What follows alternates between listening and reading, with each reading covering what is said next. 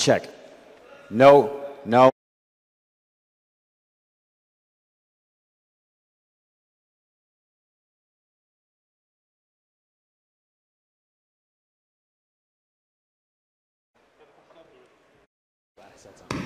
Yeah, I'm glad you did.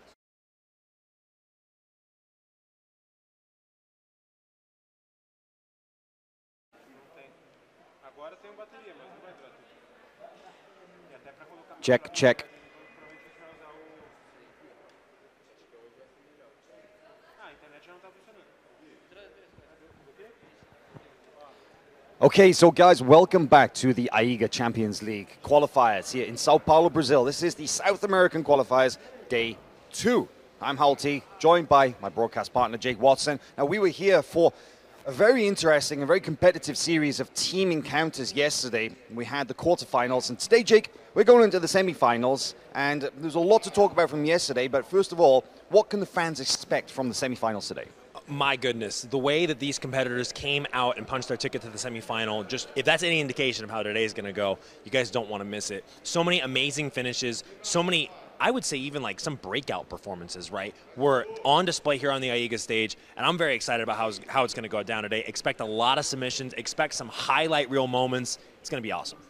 It should be, because if, like Jake said, if yesterday is anything to go by, then we do have plenty of action to look forward to. So, what happens today? Well, we have the semifinals and then the final. Of course, the team that wins overall will go through to the Champions League finals in Kazakhstan in 2025 to compete for the prize of $1 million.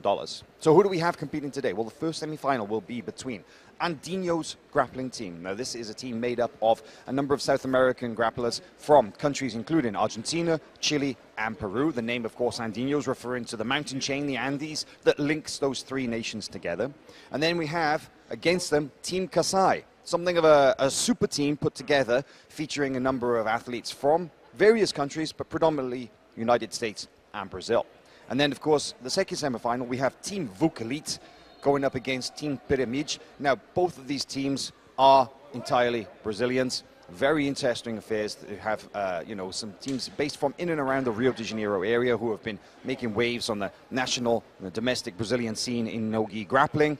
And as Jake said, this is a potential breakout moment for some of these athletes here today in AIGA Champions League. So, knowing that, we had Andinho's and Team Kasai in this first semi-final. Thinking back to yesterday, Jake, any performances from either of those two teams particularly stand out for you? Well, Andinho's didn't have the easiest road into the semifinal, right? They had a great pushback from their competition, and they did end up just, really pushing through and really getting to that semifinal, right?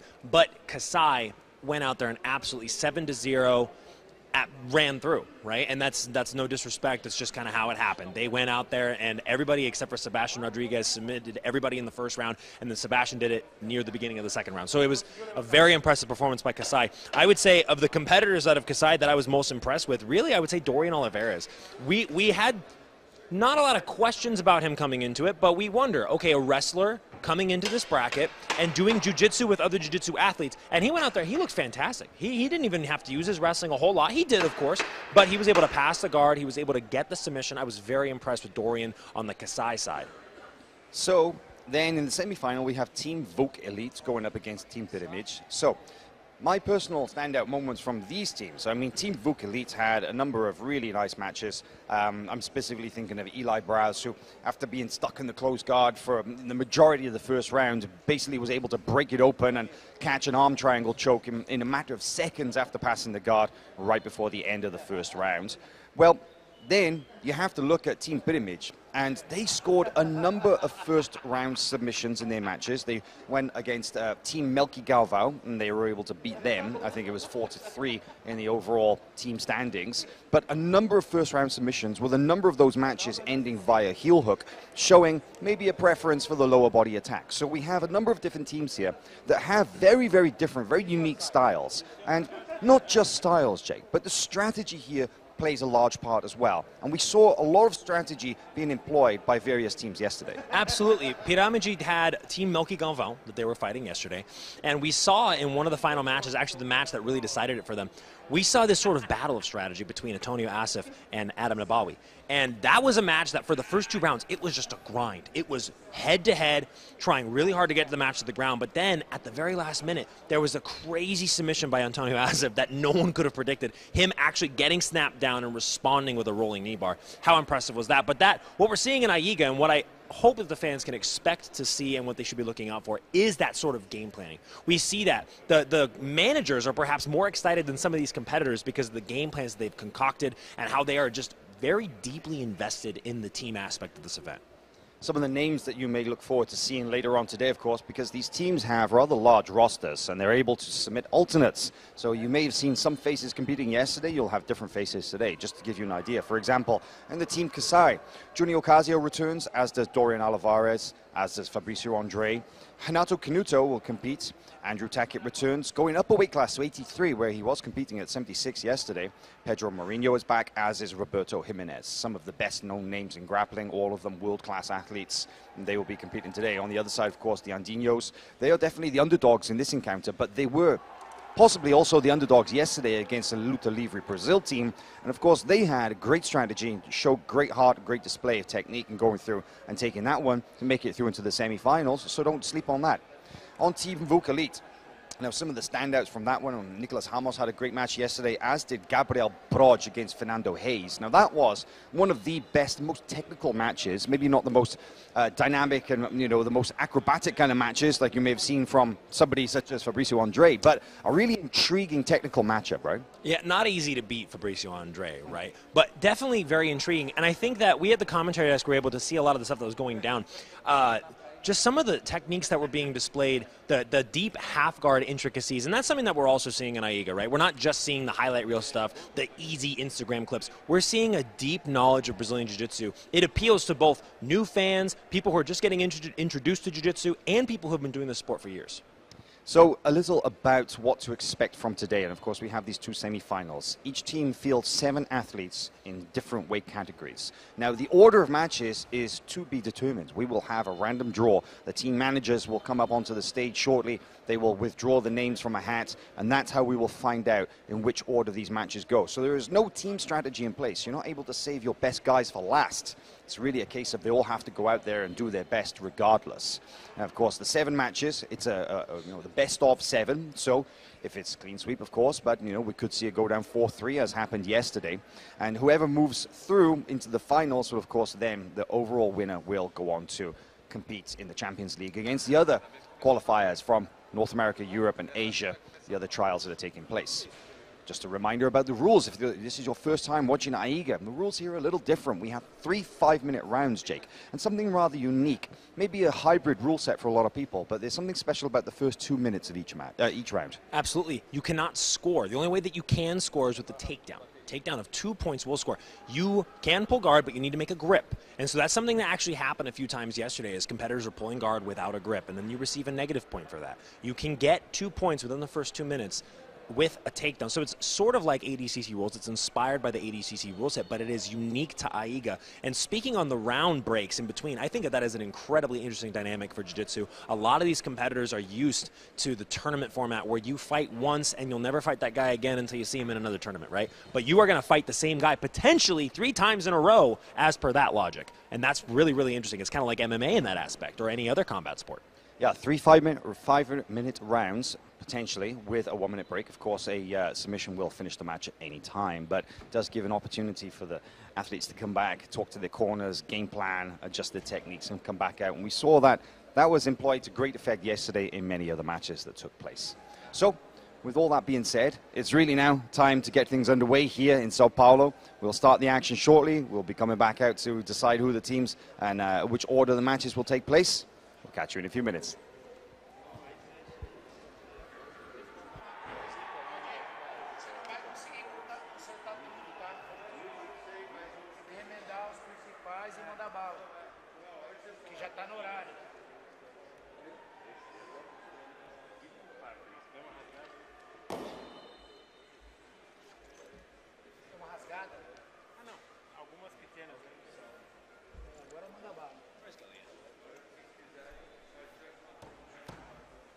That's your coffee, Jake.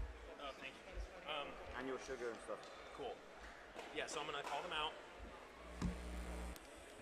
Okay, so while you do this, I'm going to run to the bathroom. Yeah. And then we'll figure out when you can go.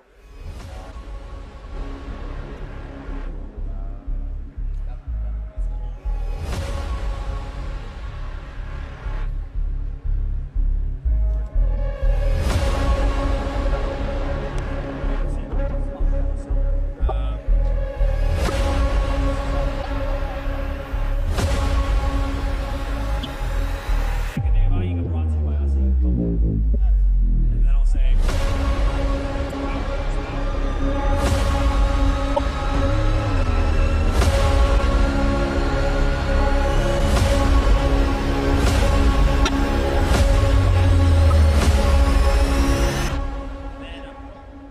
and then I'll do this, and then there'll be a 4 on the clock.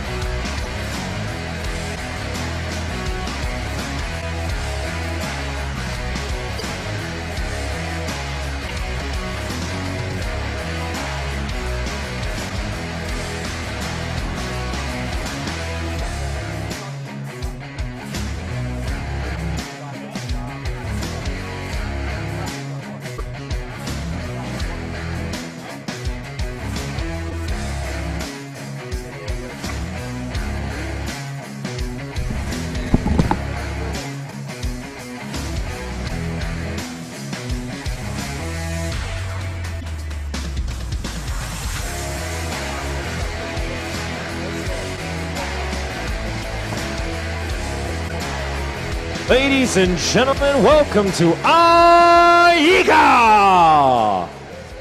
Senhoras e senhores, sejam muito bem-vindos ao segundo dia do AIGA! Today we decide the semifinal and the final to see who will move on to the group stage to compete in the center of Eurasia. Hoje vamos dar início às semifinais e teremos também a final do torneio. E eu chamo ao centro do tatame as equipes. And now it's time to begin our first semifinal of the evening. E vamos agora à primeira semifinal de hoje. In the red corner, Angino's Grappling Team. No corner vermelho, Angino's Grappling Team. Managers of Angino's come to the mat. In the 60 kilogram division, Tomas Sanchez. In the 65 kilogram division, Lucas Cantor. In the 70 kilogram division, Lucas Calbucera. The 76 kilogram division, Pierre Paulo. The 83 kilogram division, Lalo Garcia. The 91 kilogram division, Nicolas Thor. And in the above 91 kilogram division, Alan Magenzo.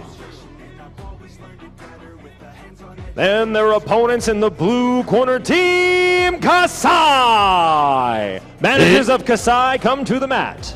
E os seus adversários no corner azul, Team Kasai. E o manager dirige-se ao centro do tatame. In the 60 kilogram division, Edwin Ocasio. The 65 kilogram division, Dorian Oliveras. The 70 kilogram division, Fabricio Andre. 76 kilogram division, Renato Canuto. The 83 kilogram division, Andrew Tackett. 91 kilogram division, Pedro Marinho. And in the above 91 kilogram division, Roberto Jimenez. And now we would like to invite our chief judge, Olja Stoshanov, to the mat.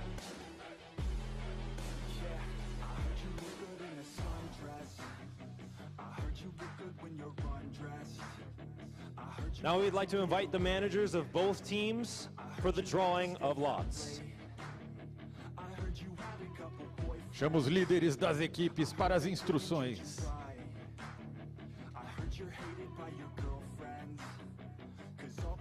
Our first bout takes place in the above 91 kilogram division. Primeira luta será na categoria acima de 91 quilos. Our second bout in the under 65 kilogram division. Próxima luta, categoria até 65 quilos. Our third fight under 70 kilogram. Terceiro combate, categoria até 70 quilos. Our fourth fight in the under 83 kilogram. Quarto combate, categoria até 83 quilos. Our fifth fight will take place at under 76 kilogram. Quinto combate, categoria até 76 quilos. Under 60 kilogram division. Sexto combate, até 60 quilos. And the final match of the semifinal will take place in the under 91 kilogram division. E o último combate dessa semifinal, categoria até 91 quilos. Athletes, take your seats and our first bout will begin in just a moment. Fiquem no tatame apenas os atletas do primeiro combate.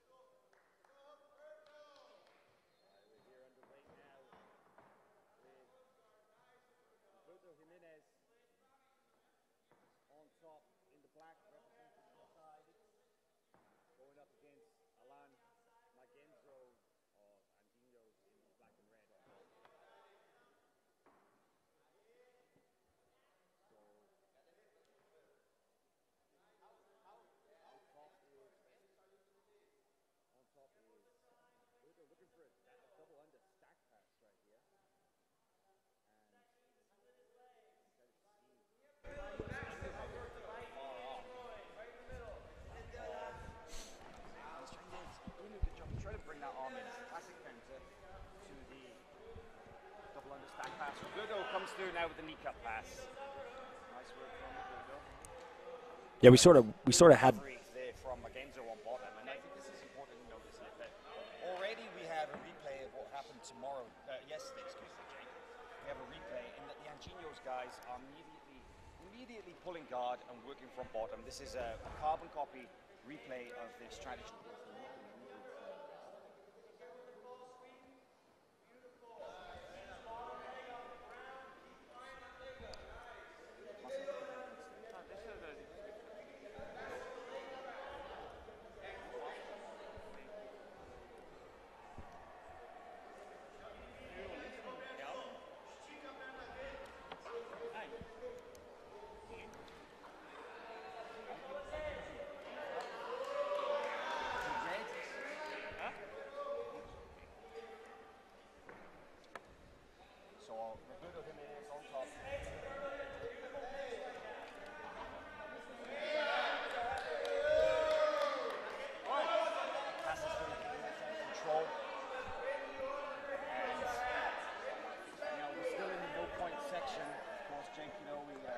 in fact, sorry, we just went into the point section, but I believe that the pass that was scored still in the first 2 minutes of the match, that means, of course, then that he doesn't score for the pass, but still, it's a great position, and there was a little bit of knee on neck there as well. That's a pretty aggressive position to take, right? Yeah, you know, Roberto is really showing that regardless of what might be an apparent weight discrepancy between these two, he is just showing really fluid jiu-jitsu. I mean, this is just Roberto Jimenez 101, right? He puts on an incredible pace. It's so difficult to keep up with. Oh, and then a triangle. There's the triangle, back to triangle now. We're seeing from here, we have Roberto's trying to lock it up. He's got the triangle on the, what they usually say is the opposite side. And there, Alan had his hand inside as well, so. Oftentimes switching the lock to the other side like that will open up things like omoplata. And now Roberto passing, really getting creative. It seems like he's figured out a little bit of the guard of Alan Magenzo here. Yeah, on top.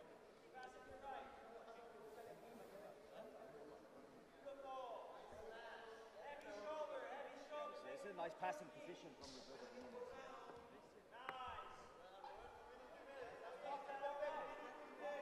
And into the mount.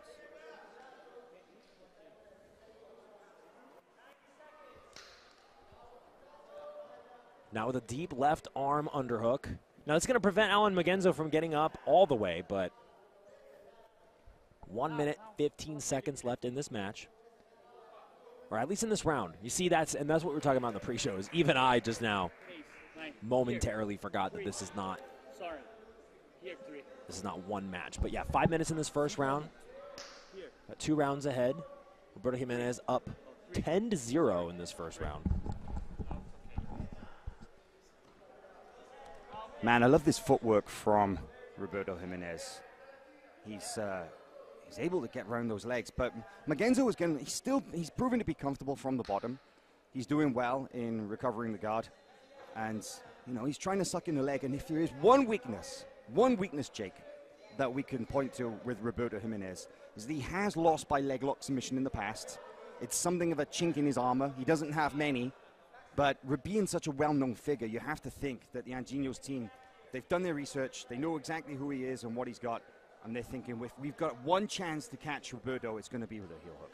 If you're thinking about statistics, absolutely. And that's, you know, Roberto has done a lot of work to combat that. I believe if you look at all of his losses that were by submission in the last, I don't know, while of competition for him, then you would have to point to the leg lock being something that he's definitely been susceptible to. And right here you see at the waning seconds of the round, Alan Magenzo goes for one more little look.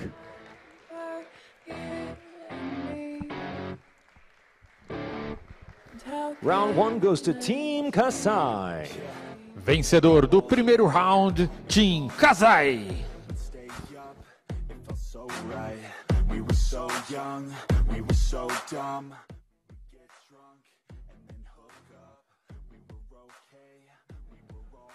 So this is our first match in this series, and it is the already interesting that it's gone through to the second round, because you know, very different yesterday when Kasai went up against Team Damian Maia. 6 of their 7 matches ended via first round submission. So we talked a lot about what we could expect from this encounter between Angelino's and Team Kasai, and we did point to the fact that you know the Angelino's strategy was so clear yesterday. They pulled guard in every match pretty much against Luta Livre Brazil, and they did exactly that against Kasai. So already a very different encounter in this first semi-final match compared to what Kasai had to go through yesterday against Team Damian Maia. Perhaps a hidden strength that some of these teams going against the Kasai squad have is they have a lot of research that they can do, right? Because we have seen countless videos of every one of the competitors in Team Kasai. You can look up on YouTube, you can look it up on FloGrappling, doesn't matter where. You can find a lot of material to study against the competitors in the Kasai team. They're all world famous, right? Exactly. They're all world renowned. I mean, the majority of them have competed extensively on the international scene. Whereas, let's be fair, this is nice entry on the legs. This that is was what we're beautiful. Talking about, that Magenzo knows that going for the legs against Roberto is a distinct strategy. But and this is no. Oh, there's a nice pass from Roberto. He gets almost rounded to the top.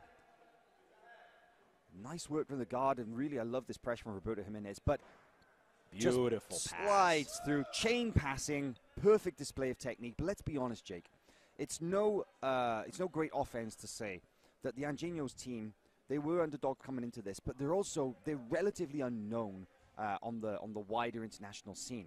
That can go in their favor because nobody knows what they're capable of. Absolutely. I mean, we saw yesterday so much great technique coming out of them. Very well-rounded approaches from every one of their competitors. I mean, we're seeing this in the plus 91 kilogram division. Alan Magenzo has some serious leg entries. And one thing that I like that he's doing is he's not falling for the bait that Roberto's going for. A lot of times Roberto will set up his passes in order to get somebody to turtle. And we talked about that a little bit yesterday. But Magenzo, when he's met with the passing situation, he's not turning his hips away. He's turning his hips towards. And now you see him going for a false sweep. This is good work from Magenzo on bottom. You know, he's doing his best to try and get into the legs. You know, the strategy is clear that if you're going to go up against Roberto Jimenez, man, your best chance, if you want to submit him, is to get into the legs. And Magenzo is insisting. He's doing his best. It's 2-0 to Roberto so far, and now we enter the points period. Yeah, either that or you match his intensity for the entirety of a match. And we've seen Roberto Jimenez does not have an off switch. He doesn't even have a slow down switch. Once again, passing around.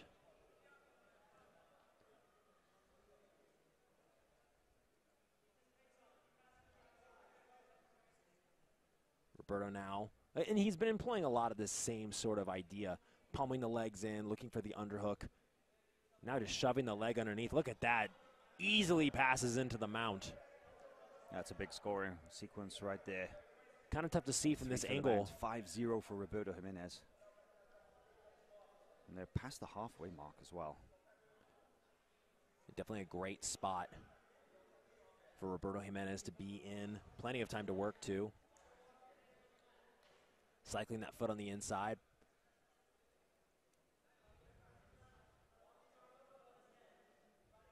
Putting a lot of pressure down with his chest. Double underhook, though.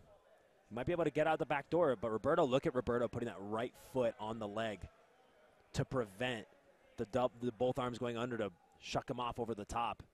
Forced to go back into half guard. And interesting, Roberto's not opting for the full mount. He's opting just to kind of keep his right foot. He alternates between mount and putting his foot in between the legs. That is kind of curious, isn't it? You know, it's I just think it goes to show how comfortable Roberto is in that kind of position. And 8-0 with about 90 seconds remaining in this second round. Yeah, similar position. He's also had like enough time now to get a feel for his opponent, and I think he's realized, okay, this guy's not a walkover. You know, he's defended a number of attacks. You know, he did well to get out of the mounted triangle that Roberto had earlier. So Roberto maybe is thinking, I'm not just gonna go all out in this guy. I'm gonna try and chip away at him and see if I can, you know, find the finish on my terms. Another factor, and I've brought this up on a number of occasions as well, is the cardio. And just the fact that Roberto's passing style is very cumbersome. It is something that you have to be ready. You have to be conditioned to deal with, because look at this. Now just putting pressure down with his chest. And even more points for Roberto Jimenez. Similarly dominant this round to the first round. Yeah, 10-0. Can you believe it? He's just racking up these points. But I'm sure that he would only be satisfied with a submission victory. That's just the kind of competitor that Roberto's always been, too. I mean, you don't get a double gold 10 submission run in purple belt your first year at purple belt, competing at black belt at the highest level, brown belt at the highest level, submitting some of the best competitors in the world. Black belt debut on the Who's Number One stage, back in the gi in the early days versus Keenan Cornelius. Yeah, that was his black belt debut. Can you believe it? So, wow. Okay, so there, look at this, Magenzo now, and that caused Roberto to bail on that. You know, this is. I'm not saying anything bad about Roberto's game, but you know, we've talked about it. You know, his weaknesses, his legs, and I think he understood. Hey, I'm not gonna hang out in a shootout here. He's getting out. He's getting to a position where he's more comfortable.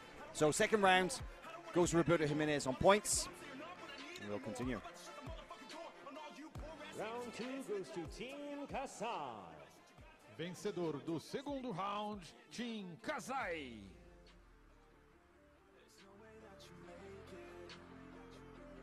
Maybe you can fake it, but you gonna make it? Are you just gonna take that? Make them take it all back. Don't tell me you believe that. Are you just So there's a few seconds left in the second round, and I gotta say this is already proven to be a very different encounter than I expected, because just based on the performance of the Kasai team yesterday and the clean sweep of 7 submissions in a row, with 6 of those being first round subs, I did expect it to be a repeat display of that dominance. And credit to Alan Magenzo going up against Roberto Jimenez. This is the third round. Of course, Roberto took both of those rounds by points. So the only chance that Magenzo has to win this match. Oh, look at this. Flying triangle from Roberto. Wow. And it seems like they both had the idea to pull guard as well, and Roberto just throws his legs a little higher, improvises off of it, comes in for the takedown. Now that is not going to be considered a takedown because that's technically a sweep. It was a wrestle up. Yes. Caught the ankle pick. He was already on the mat, so he won't score 2 for that. But what I was going to say is that Magenzo's only chance to win this match for Team Andinhos is to submit Roberto Jimenez in this third round. Yes. Yes. Roberto has definitely put himself in the driver's seat for this third round. But Magenzo has shown, and then on the leg. But Roberto, very good at getting his hips away, spinning with it.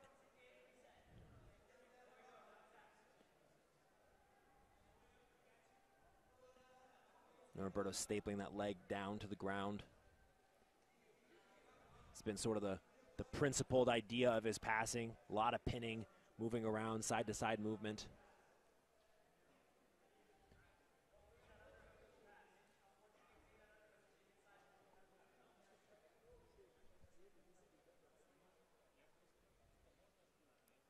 Now posting on the throat. Haven't seen a lot of that this weekend, but definitely very effective spacing tool. I like the way that Roberto, he stays so heavy on that leg, and then he goes light and he just floats over the top of it, right?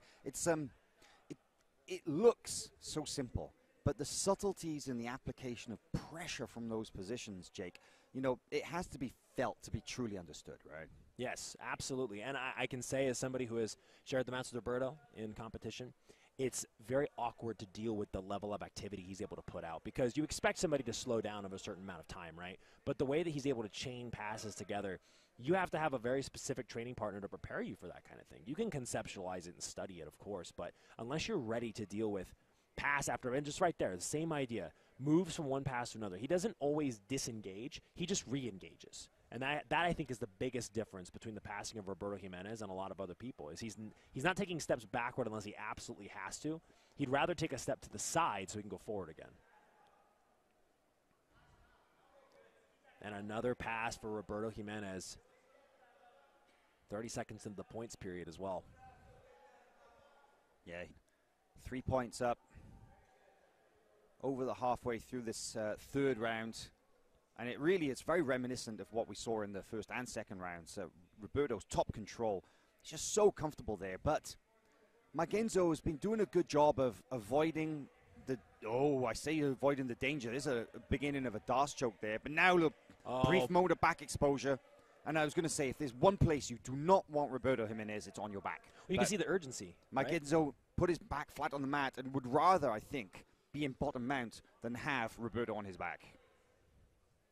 Now 7-0. So far, positional dominance is the word best used to describe this 3-round match.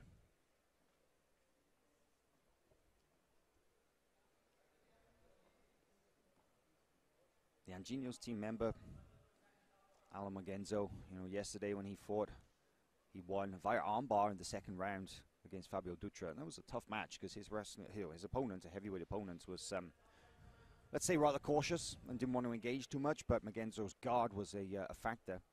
And Magenzo has not been able to use his guard much because Roberto has always found a way around it and through it. But that's not to say that Magenzo hasn't had his moments where he's thrown up attacks.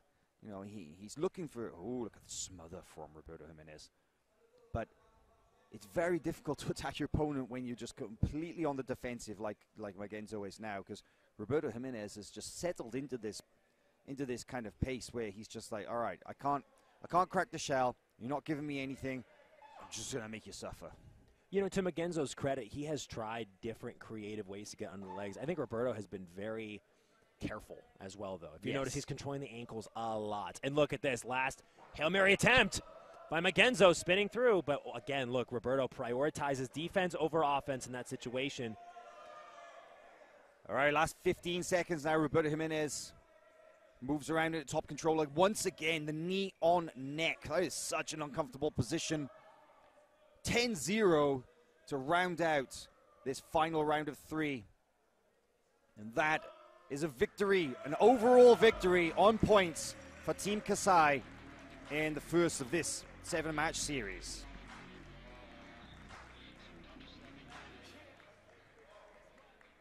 Your winner by points, representing Team Kasai, Roberto Jimenez. E o vencedor por pontos, representando o Team Kasai, Roberto Jimenez. The score is now 1-0 in favor of Team Kasai. Resultado parcial, 1-0 para Team Kasai. Well, it was a very convincing win for Roberto Jimenez there. I mean, that's a good start for Kasai, and they're in good spirits when you look at them over in the corner. We're just going to wipe down the sweat off this big mat that we have in front of us. And we'll be back in just a second with the second round.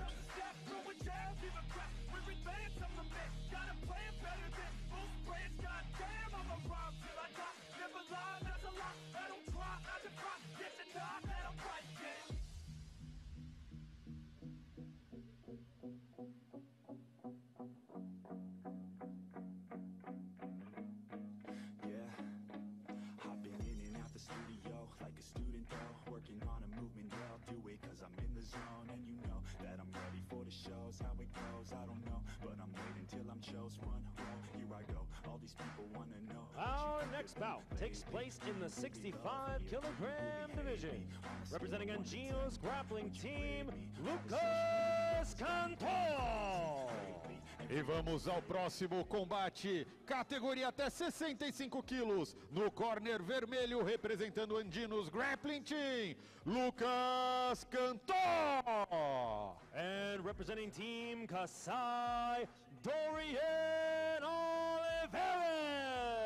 E o seu adversário no corner azul, representando o Team Kasai, Dorian Olivares. Got the entire Kasai team looking at me, trying to make me laugh while I'm doing the ring announcing. But we're back on it. Dorian opening up with a feint right off the bat. No surprise that Lucas Canto sits the guard. This was the playbook for the Andinos team yesterday in their encounter with Luta Livre Brazil, and that is exactly what they're doing here again against Kasai. On top in the all black is Dorian Olivares from Houston, Texas, the teenager, ADCC trials winner, national wrestling champion, #1 ranked high school wrestler in the United States. And on bottom is Lucas Canto, who impressed us yesterday. Jake, you know, he had a tough match against Marcos Paulo Monteiro of Team Luta Livre. He was able to win that one on points. But Dorian Olivares impressed us so much with a really powerful strangle. He had a seated katagatami. It's an arm triangle choke that looks very similar to a guillotine. And that is pretty much what you can expect from Dorian Olivares, because he's got relentless passing from top position, endless gas tank, and when he gets around the guard, he's very, very good at attacking the head and neck. Great front headlock series of attacks. Look at this, though. Trying to draw an arm in was Lucas Canto, but Dorian Olivares, he has a great style of kind of in and out. Yeah, if you were watching his 2023 ADCC East Coast Trials performance where he won gold and pretty much sent shockwaves to the jiu-jitsu world, this side-to-side pressure, it's endless. He never stops. He never slows down with this sort of a thing. And so he is just moving side to side, and eventually becomes a lot to keep up with. He can keep this pace up for 3 5-minute rounds, no problem.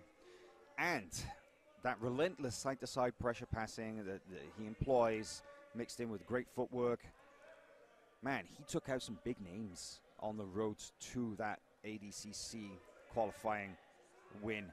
You know, he took out Gianni Grippo, he took out Ethan Krellinston, took out multiple black belts. And even though he may only be a teenage purple belt, doesn't really accurately reflect his abilities. But look at the flexibility from Lucas Canto on bottom. Great guard, very active, doing his best to try and grab hold of Dorian. And Dorian never seems really frustrated with his inability to pass at the moment because he knows that he's chipping away. Well, it's a matter of time, I think, for him. You know, he knows, I just keep this pressure on. Eventually, I'll break my opponent. All that being said, though, Lucas Canto's doing the right things in the situation. He's playing a defensive guard, but he's looking for opportunities as Dorian comes in. It's just so difficult because Dorian never stays in the same place. Knee shield half guard here. You see Dorian, if he can make that, here it is. He pops off that arm. He's going for the underhook. He's in the kind of an open half here. He's trying to clear that inside leg, step over the knee, try and occupy that inside space. But look at the inversion and the flexibility from Lucas Canto, Jake. You know, if you're going to go up against somebody like Dorian Olivares, and, you know, if you're going to go up against somebody with that kind of pressure, you have to say that Lucas Canto, so far, he's doing all the right things. Having to bring your legs all the way around like this can get really tiring, though. And he's doing the right things. He's looking for arms. I would say a really good bet for him would be to try to time Dorian on the approach and try to set up sort of that double trouble. Look for an arm, and like when he's here on the legs, really try to get a solid connection around the legs. Really try to bring that into a leg entanglement and try to put Dorian in a position where he might be less comfortable. I would say in the leg entanglement game, that would probably be where Dorian might not be as comfortable. Now, I don't know what kind of training he's doing, but if I had to guess, that would be where I would go. Very quick footwork.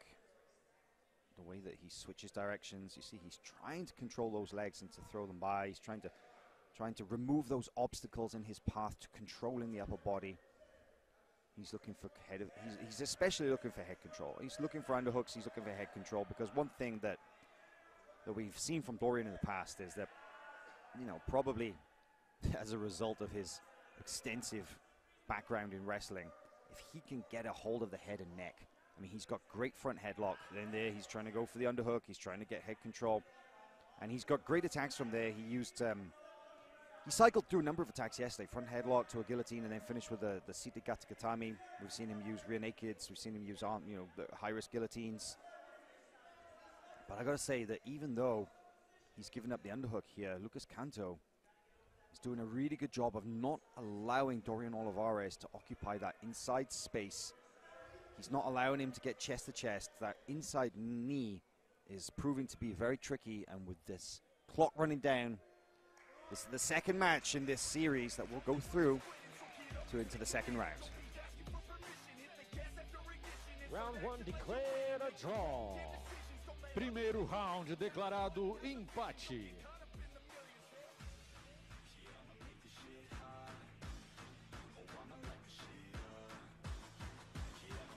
So one thing I like about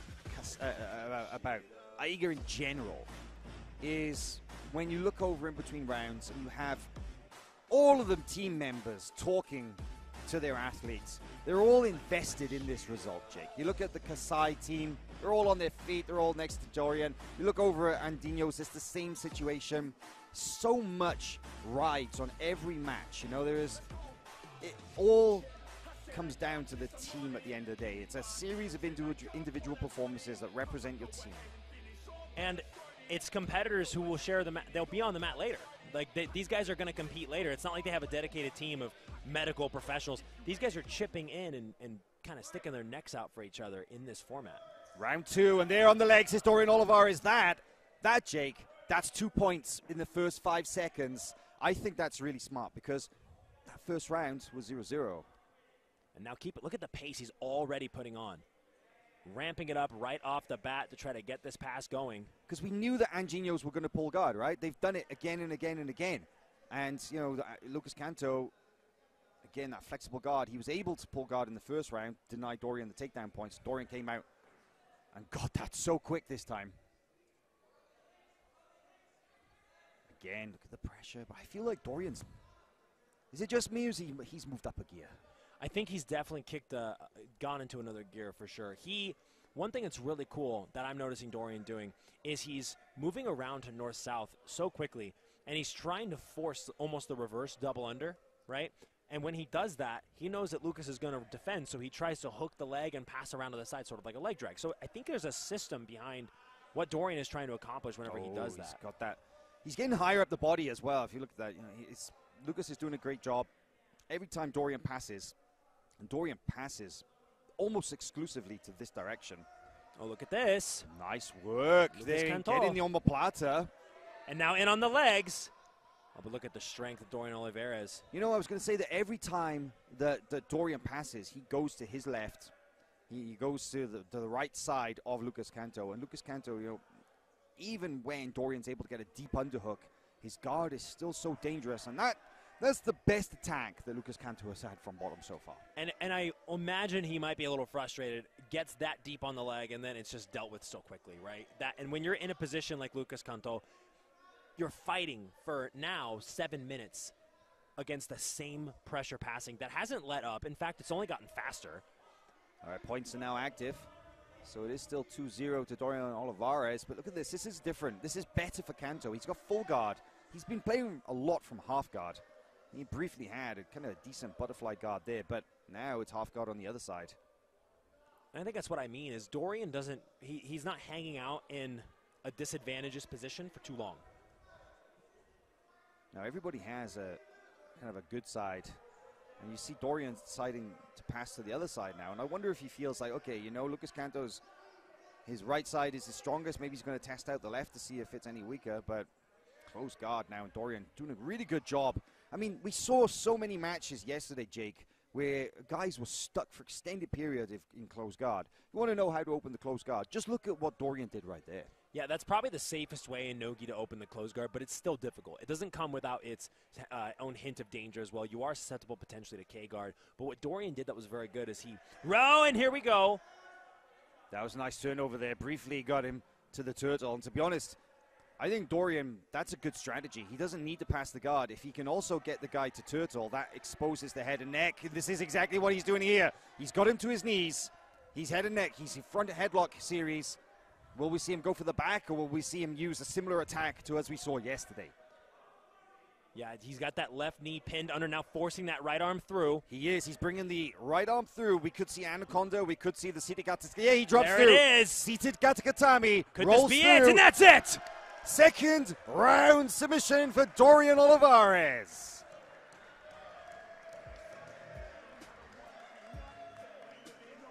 At 3 minutes and 35 seconds of the second round, Kasai take the second match in a row in this series, and they're first by submission. And your winner by submission due to a choke representing Team Kasai, Dorian Olivares. E o vencedor por finalização, representando o Team Kasai, Dorian Olivares. Wasn't easy. Had to really work hard to try and find a way around to solve the puzzle that was the guard of Lucas Canto. But eventually, the guard pass, even though he'd been hunting for it for so long, the guard pass wasn't actually what led to that submission. It was actually the turnover to turtle. And we talked a lot, well, I specifically mentioned a number of times about Dorian Olivares' front headlock attacks. I mean, from that 4-point position, did not take him long to find the submission. No, and he kept that pace up the entire time. And like you had said, he goes and goes and goes because he knows eventually something's going to break. There's going to be an opening. And as soon as he found it, he took it. Growing up, parents got me a guitar. Said you could do Our anything, next kid, bout you takes could place go in the far. 70-kilogram division. Introducing first, out of Angino's grappling team, Lucas Galbucera. E o próximo combate, categoria até 70 quilos. No corner vermelho, representando Andinos Grappling Team, Lucas Galbucera. And representing Team Kasai, Fabrício Hokage André. E o seu adversário no corner azul, representando o Team Kasai, Fabrício André. All right, so the Hokage show is back. And there's the power-up. Match starts. In the all-black is Fabricio Andre. In the black and red is Lucas Galbucera. And again, the Anjinhos team member, they immediately pull guard. Fabricio Andre is such a character, man. I mean, his match yesterday was basically an extended highlight reel. He's such a showman. He's now based here in Sao Paulo. He is originally, of course, from Manaus in the Amazon. And he's now living here, training at Alliance HQ. And representing the Kasai team. And obviously being a transplanter here in Sao Paulo, he has a lot of fans. A lot of fans in general all over the world. We had a lot of fans here. Oh, look at this. I never see Hokage go back for leg locks, but this is interesting. What is he doing here, Jake? Well, it's a straight ankle lock, but it's hard to see from our angle if the heel is slipping out. Looks like he doesn't have quite the angle, and it was just sort of arching it. One thing I like about Fabricio Andre's jiu-jitsu is it almost looks like he's always playing. Like it's very intense, of course, but he looks like he's having an actually genuinely good time out there. Yeah, I think Fabricio Andre is never happier than when he's in that flow state on the mat. But this is something that we rarely see from him, isn't it? It's like kind of a leg lock shootout, especially dropping back on a leg as well. It's so unusual, but perhaps experimenting. Yeah, I mean, it's always, as an athlete, you always want to develop your game. You always want to evolve. You always want to try new things. And he has managed to wrap up the straight ankle here. But do you see how the foot is able to slip out? Yes. Yeah. Galbucera is doing his best to try and attack and try and maintain his discipline in these positions. But there's absolutely no intention whatsoever from Galbucera in coming up on top. And we did see that yesterday in his matches as well, right? It was in his match yesterday, I should say. The Argentinian, he was just really focused on fighting from guard. And yesterday, what happened there was he ended up actually losing his match on a decision. And I think that was maybe, a bit of a, if I was him, if I was his coaches, it'd be a bit of a wake-up call. I'd be like, hey, maybe you need to switch things up a bit. But trying to do that against Hokage is, that's a tough test. It's very interesting. Fabricio is wrapping that foot and reaching all the way through to the toes. So it's sort of doing a one-handed toe hold. I like the bite on the foot. But what Galbucera is doing really, really well is he's keeping his foot on the inside to prevent Fabricio from getting the angle that he needs to get in order to actually initiate that footlock. So Fabricio, if he was able to sort of deal with that free leg and turn with the footlock, it would have been a lot stronger. Oh, look at the speed of that knee cut. The acceleration of Hokage, and not just that, but that opening was there for just a fraction of a second, and he's able to identify those opportunities and take action on them. Nice attempt at the stomp pass there. That's a decent passing position for Hokage. He's trying to capture the hips. Oh my goodness, throwing the leg out of the way to keep this pass going, lifting up the head. Switching direction now is Fabricio Andre. He's putting Galbucera under a lot of pressure here. You see him just grab the ankle and throw the leg out of the way. What an interesting, we don't see a lot of people do that, but it's very powerful. Good late stage defense from Galbucera. Fabricio Andre is putting on lots of pressure there, but wasn't able to make meaningful contact with the upper body. Because, first, when you pass in the guard, Jake, you got to deal with the legs, you got to get past the hips, and then you've got to secure the upper body. And if that sequence isn't, completed fully, if you're not controlling the hips, all of a sudden you find that the guy is out and away. If you're not controlling the legs, suddenly there's a leg back in between you. So it's an algorithm that's quite logical in how it functions, but it's not as easy as it sounds, shall we say. Not at all. And as it gets more and more into the second and third round, you get more slippery. It's even harder to hold people. And that's a very real thing, and that's why a lot of the concepts in no-gi is to get really concrete grips where you're connecting your hands together. It doesn't really matter if they're slippery or not. You're not getting that same sort of hold with one arm around the back or another grip like that to where you could slip off. You're trying to get concrete controls. And that's another thing about the AIGA rule set is every competitor is required to wear spats. And so, meaning leg compression sleeves. And that actually does add a little bit of friction. It makes it a little easier for you to control your opponent's legs. Last 10 seconds, 0-0 in this round. And Hokage has done his best to try and find a way around the guard, but Galbuzera has put up plenty of resistance so far, and that means that we will go through into the second round. Round 1 declared a draw. Primeiro round declarado empate.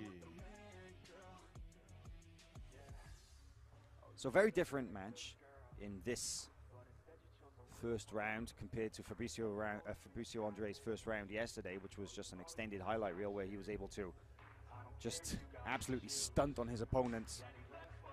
Galbuzera did have a full 3-round match yesterday in his match as part of the series between Andinos and Ludo Livre, which he lost on decision in a close match, we should say. But having taken Fabricio Andre now into this second period, well, this is an opportunity for them to game plan. I don't see any great deviation from the Andinos team in their game plan. I imagine Galbuzera is going to pull guard again. The question is, how is Fabricio Andre going to adapt his game plan for his opponents? Definitely going to be interesting to see. Fabricio now coming forward.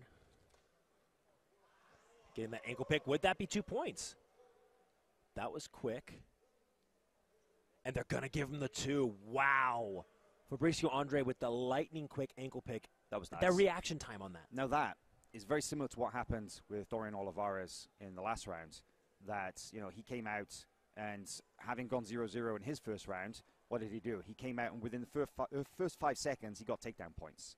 And that's exactly what Fabricio Andre did at his. So the Kasai guys have realized, okay, we know the strategy from the Andinos. They're going to pull guard. So that means that we need to score takedown points as quickly as possible to get an advantage over them. You know, we got a lot of minds in the corner of the Kasai grappling squad. We got Victor Doria, William Tackett. We got, and look at this, another great passing opportunity for Fabricio Andre. And now he does settle on the side control with the knee on belly.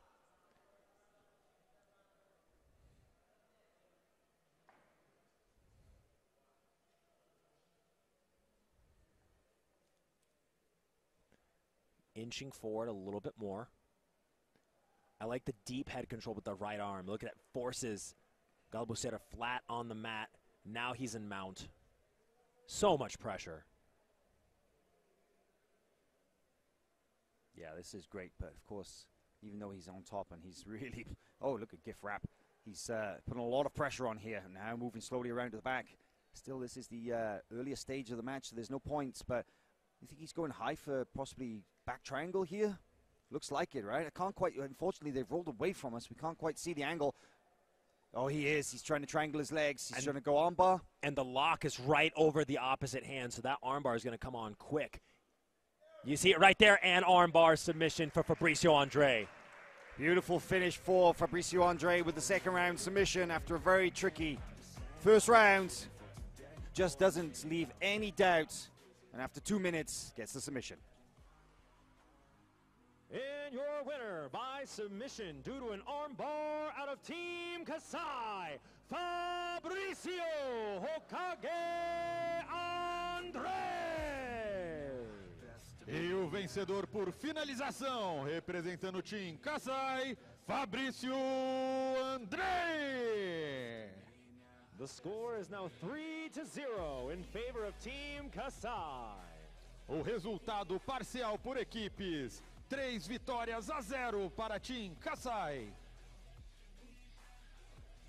So Kasai, of course, this series is in total 7 matches with 3 victories in a row, 2 of those by way of submission. If they win this match, the next match now, which is Sebastian Rodriguez versus Lalo Garcia Morato, then, oh, excuse me, no, it's Andrew Tackett has actually moved up to the 83 kilogram division, excuse me, and he'll be competing against Lalo Garcia. If Andrew Tackett can get this done, well, that means that Kasai win the series overall. Our next bout takes place in the 83 kilogram division. Representing Anginos grappling team, Lalo Garcia.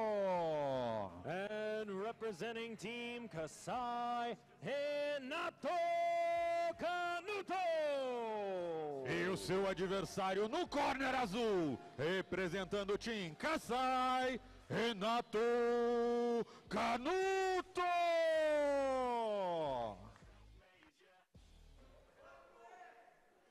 Hitting the mats here at the AIGA Champions League Brazil qualifier for the first time is Renato Canuto. Returning to competition in a big way. Haven't seen Renato in the no-gi scene until recently. He entered the competition scene again, but hadn't seen him compete since ADCC 2022. Now back in a big way, very active in the no-gi scene. Good to see him here, part of Team Kasai. High flying and absolutely dynamic. But Pier Paolo looked fantastic yesterday too. Great wrestling base. Had an absolute dogfight of a battle.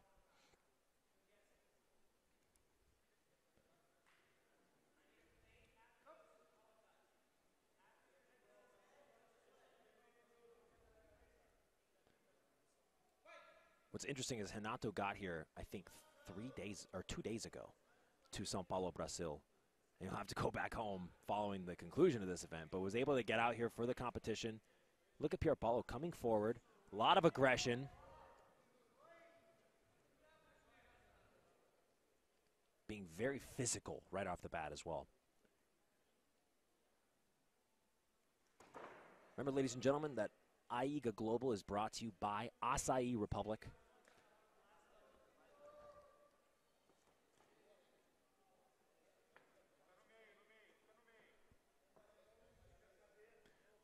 Referees calling for them to restart in the center. A lot of matches yesterday went actually completely off of the stage. And this is a big stage, too. This is not a stage that's easy to fall off of. But these competitors, very aggressive. They found a way.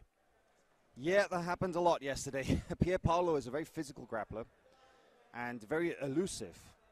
Now, his opponent yesterday, Jefferson Pontes, took him off the edge of the mat more times than I can remember. And Renato Canuto is he's a different kind of grappler that's been described as elusive himself. Very explosive, and there is a takedown attempt. But look at that, 10-finger guillotine from Pier Paolo. It's almost like he's waiting for that shot to catch it, Jake. You know what's funny is he did that so many times yesterday versus Jefferson Pontes, and that was a wrestling battle, really. That was a match that was decided by the activity on the feet. It was. And we're seeing that here, too. Renato, you know, we had remarked that he is a very high-flying, dynamic competitor.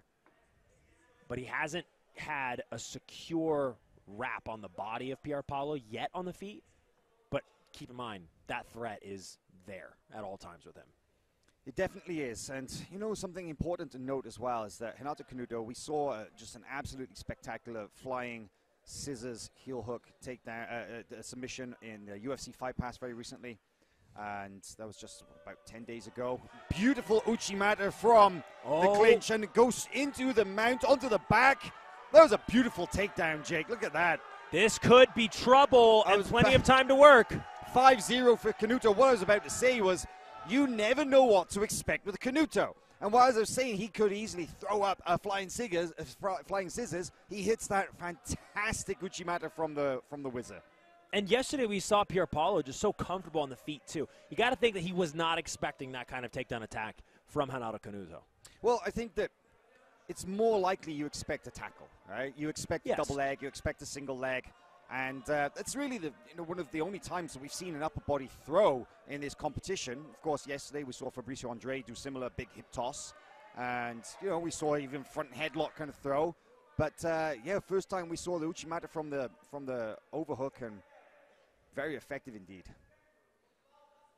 Canuto on the back with the body triangle, 5 points to 0 with just under 90 seconds to work. Really working for this choke, though. You know something we can reveal that he told us yesterday? Hasn't been announced yet, but his MMA debut is very, very soon. He has a date. It's going to take place in Asia, and we should see him compete in a fight to be announced very soon. Can only imagine what organization that might be for. I'll leave it open to you guys to figure it out. But yeah, don't want to spoil the announcement just yet. But Renato Canuto, look at this. He's doing his best to try and, oh, there he goes. He goes under it with the right arm. Right arm is Oh, this under could the be neck. it. And that's it. First round rear naked choke for Renato Canuto. Took a little over 4 minutes, 4 minutes and 18 seconds to find that finish. But Renato Canuto, wow, what an impressive win there. Takedown, positional control, fight ending submission, what a win. And your winner by submission to a rear naked choke representing Team Kasai, Renato Canuto. E o vencedor por finalização, representando o time Kasai, Renato Canuto. So Renato Canuto continues the dominance of Team Kasai. It is now 5 matches to 0 against Andinos. And of course, they are already qualified. These matches are a formality, but there's still plenty of pride on the line here, Jake. You know, these matches are not meaningless in that sense anymore. But Renato Canuto, it was his first time competing here at AIGA. He did not compete yesterday. But a very impressive win indeed. Yeah, and he opened up in a big way. You know, it's exciting to see Canuto back in competition after some time away. We hadn't seen him since ADCC 2022 Worlds. Took some time, trained hard, and now he's back competing actively. And man, I love to see it. He possesses such a dynamic and unique style. It's so great for super fight showcases. It's got to be so easy for organizers to book him because he's so exciting. Our next bout takes place in the 60-kilogram division. Introducing first, out of Anginos Grappling Team, Tomás Sanchez. E o próximo combate será na categoria até 60 quilos. No corner vermelho, representando Andinos Grappling Team, Tomás Sanchez. And representing Team Kasai, Juninho Ocasio. E o seu adversário no corner azul, representando o Team Kasai, Juninho Ocasio. So now we go down into the 60-kilogram division. This is the lightest of all the weight categories. Juninho Ocasio had a really impressive first-round submission yesterday in his match. And he was able to win that one by heel hook in 1 minute and 25. And Tomás Sanchez, he lost his match on points. It was a hard-fought match, actually. But it's unusually, compared to the other matches with the Andinos, it's Juni who gets down to the mat first. And he only had one hand with fingers interlocked. And Tomás actually looked up at the ref and questioned whether or not it was an accurate guard pull. But Juni's been pulling guard in that way for a very long time. Oh, yeah, he's got the timing down for sure.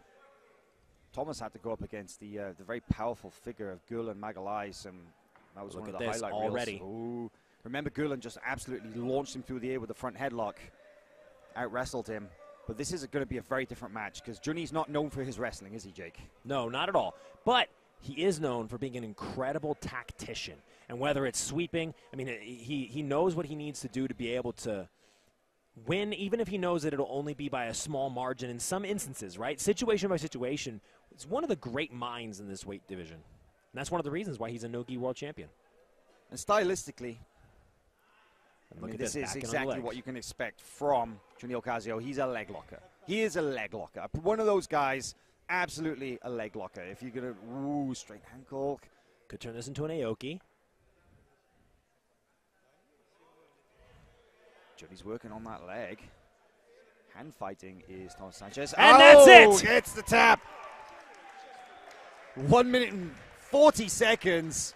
Juninho Ocasio, just a few seconds longer than his match yesterday, gets the tap. Couldn't quite see if it was a straight ankle, but great win. And your winner by submission due to a foot log out of Team Kasai, Juninho Ocasio.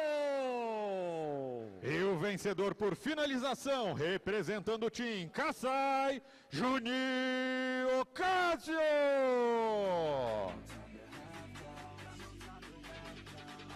Well, they are not hanging around, are they, Jake? This is now the 6th match of 7 that has gone in favor of Kasai. And of those 6 matches, 5 have ended by submission, 3 of them in the first round. Yeah, very impressive. We only have 1 more to go.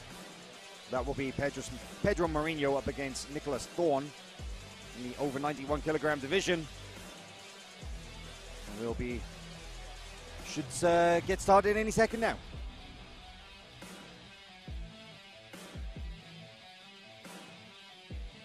Our next bout takes place in the 91 kilogram division. Representing Angino's grappling team, Nicholas Thorne. E o próximo combate é na categoria até 91 quilos. No corner vermelho, representando Andinos Grappling Team, Nicholas Thorne. And out of Team Kasai, Pedro Marinho. E o seu adversário no corner azul, representando o Team Kasai, Pedro Marinho.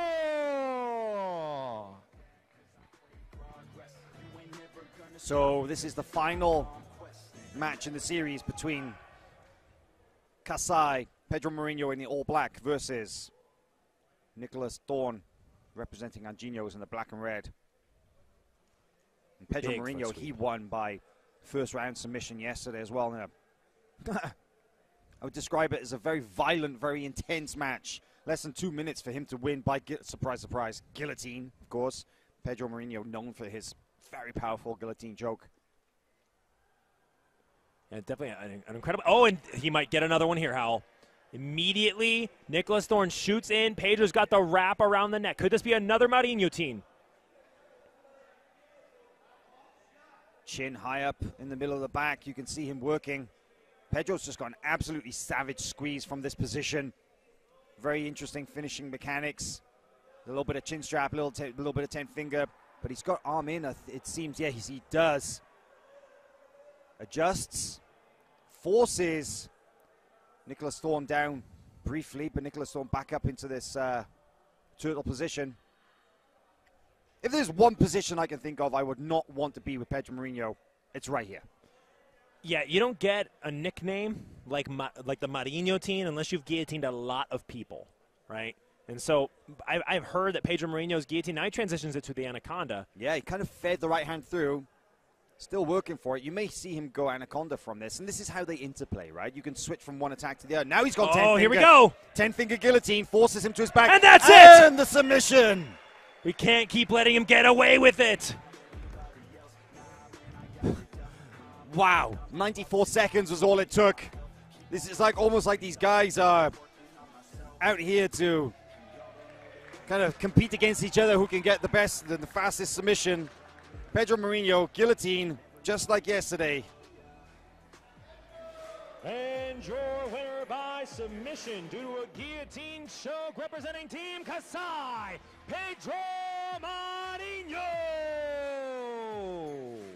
E o vencedor por finalização, representando o Team Kasai, Pedro Marinho. So Pedro Marinho, nearly a clean sweep following his submission, 6-1 in favor of Kasai. And Pedro Marinho actually gets the fastest submission from the Kasai squad. 1 minute and 34 seconds. The second fastest submission was Junior Ocasio at 1 minute 40. A very strong win there for Team Kasai. They had a clean sweep yesterday with 7 submissions, 7 matches. 6 matches ended by submission here in this second encounter. But they win the semi-final, and that means that they will go through into the final against the winner of this next team series coming up soon. And we would like to invite both teams back up to the mat for the official announcement. Chamo as duas equipes para voltar ao tatame para o anúncio oficial do vencedor.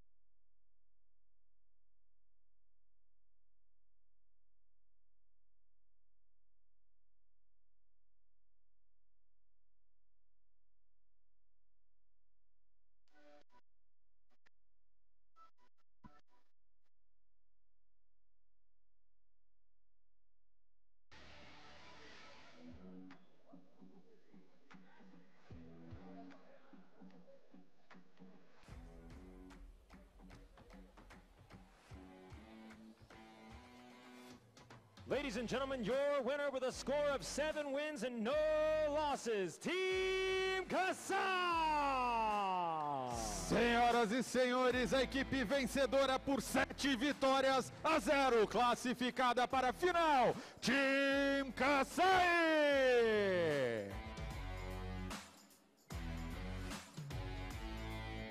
7 matches to 0. Clean sweep for Team Kasai. Very, very impressive result. 6 of those being by submission. Roberto Jimenez wins on points. Dorian Olivares by Katagatami. Fabricio Andre by armbar. Andrew Taki by triangle. Renato Canuto by rear naked choke. Johnny Okazi by Aoki lock. And Pedro Mourinho with his very well-known guillotine. And really interesting to see guys like Pedro Mourinho and Roberto Jimenez, who competed against each other so many times in the past, now teammates here in the same squad, sharing the match together. And they'll make it through into the finals, and we'll find out who they'll face. There'll be this next semi-final between Team Vuk Elite and Team Pyramid coming up shortly. And now, ladies and gentlemen, it's time to begin our second semi-final of the AIGA Champions League Brazil qualifier, brought to you by Asahi Republic. Senhoras e senhores, vamos agora à segunda semifinal do AIGA Champions League, etapa Brasil. In the